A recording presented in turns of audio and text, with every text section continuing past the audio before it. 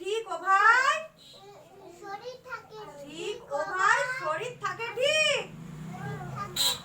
তাহলে তোমরা কি কি ফল খাবে মনে আছে তো?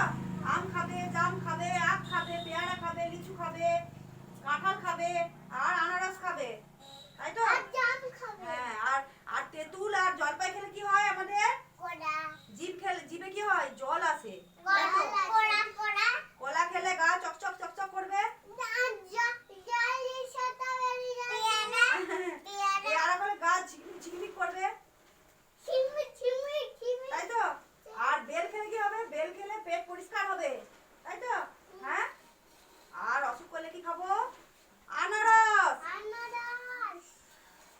তাহলে ভালো লাগলো ফলের ছড়াটা? ঠিক আছে, হাততালি দাও সবাই।